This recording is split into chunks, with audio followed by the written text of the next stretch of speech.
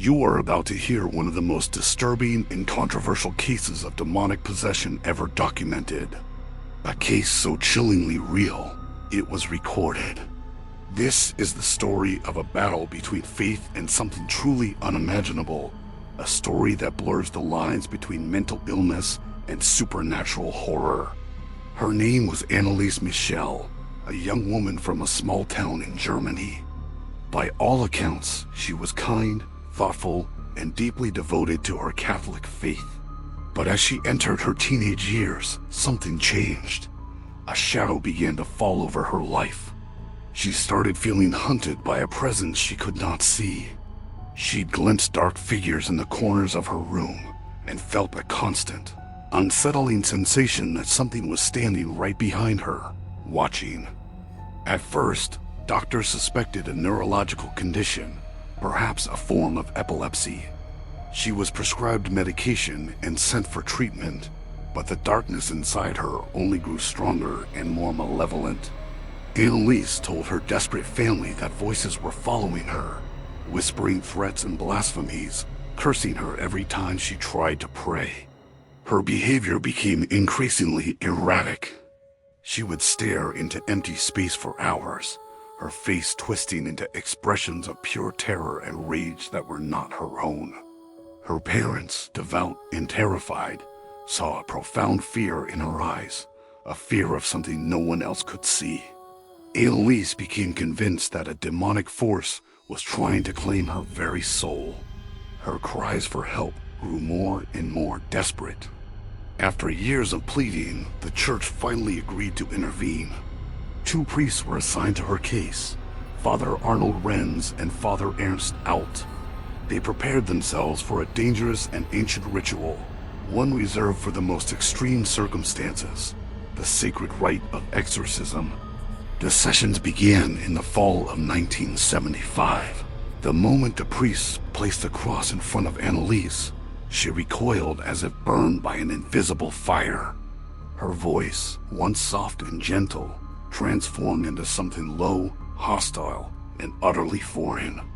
Witnesses described her strength as unnatural, almost superhuman. This small, frail young woman could overpower several grown men. Her eyes would darken with an ancient fury, and she would speak in languages she had never learned, revealing secrets about the priests and their past that she could not possibly have known. Every prayer, every drop of holy water, triggered a violent reaction. Her body would contort into impossible positions, and her screams were said to shake the very walls of the house. The priests claimed they were not confronting a single entity, but several, all fighting for control inside her. They identified legions of demons, even souls of the damned like Lucifer, Cain, and Judas Iscariot. Her family, watching this horrifying ordeal, believed the exorcisms were working, that they were fighting to save their daughter. But the battle was taking a devastating toll. Anneliese was wasting away, losing energy, losing weight, losing herself in the process. What makes this case so profoundly unsettling is that there is evidence. The priests recorded over 40 audio tapes of the exorcisms, and they are the stuff of nightmares. On these recordings, you can hear chilling, guttural sounds. Multiple voices growling and shouting through her throat, often overlapping, as if more than one presence was desperately fighting to speak at the same time.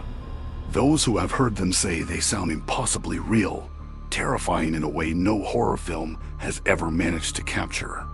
The voices are deep, masculine, and filled with a hatred that feels ancient and profound. The exorcisms continued for nearly 10 months, a grueling marathon of faith against an unrelenting force. But the darkness refused to release its grip. Anneliese's health deteriorated rapidly. She was malnourished, dehydrated, and suffering from pneumonia. Her spirit was drained, her body exhausted, until it simply could not endure the battle any longer. On July 1st, 1976, Anneliese Michel passed away in her sleep. She was only 23 years old. Her death was not the end of the story.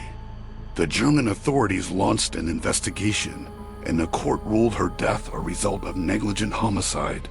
Her parents and the two priests were put on trial.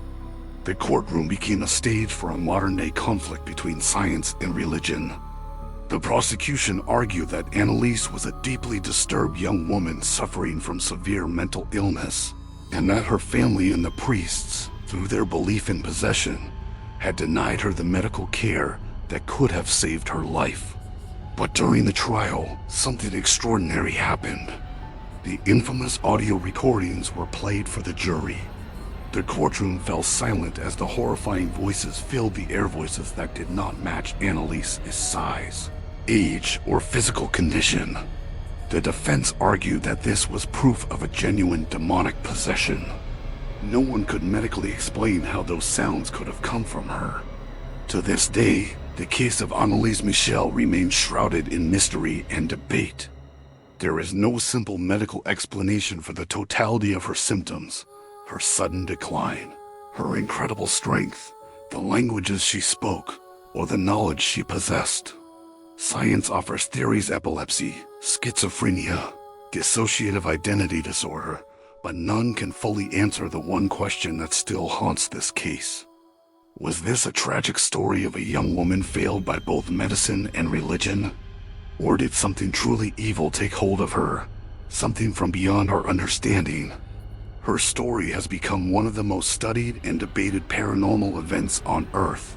It serves as a chilling warning that if darkness truly exists, it does not always hide in the shadows. Sometimes it finds a way to speak through the living, and sometimes it wins. Thank you for watching. If you found this story as compelling as we did, please like this video and subscribe for more stories like this one as we look into the world's greatest mysteries.